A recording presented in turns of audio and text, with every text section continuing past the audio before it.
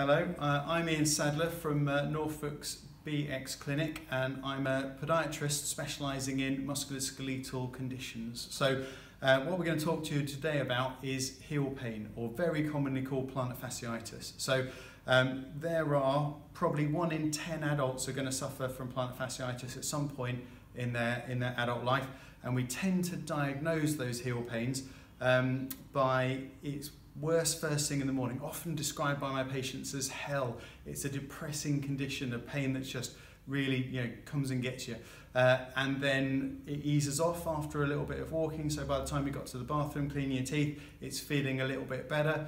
And then as the day goes on, if you have a rest and sit down and stand up again, the pain is worse. All right, so that's generally the wording we're looking for diagnosing plantar fasciitis. So the problem with that is lots of other things will respond in that way. So when you put your heel down first thing out of getting out of bed, if you've got a muscle pull, if you've got a tendon injury, if you've got swollen bit or any other tissue injury around your heel, it will tend to hurt when you first stand up. All right, so going into our heel, we've got Achilles tendon coming in. It sends tendrils around and underneath, forms part of the plantar fascia, which itself is a thick strap-like structure that runs underneath the foot, wraps around the big toe and the lesser toes. All right. So what the plantar fascia is for is when you land, it stops your foot sort of flattening too much, and then as you come back up, it winds around the big toe and the other toes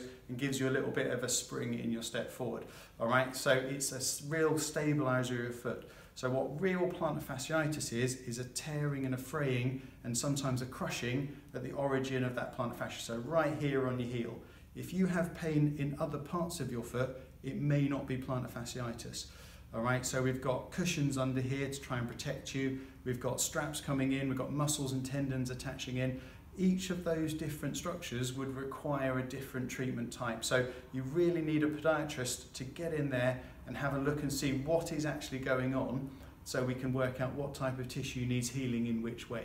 Also, your activity, what you're doing, we need to find things that allow you to keep activity going at the level you were doing, and heal it at the same time. So hopefully that's been some useful information about heel pain.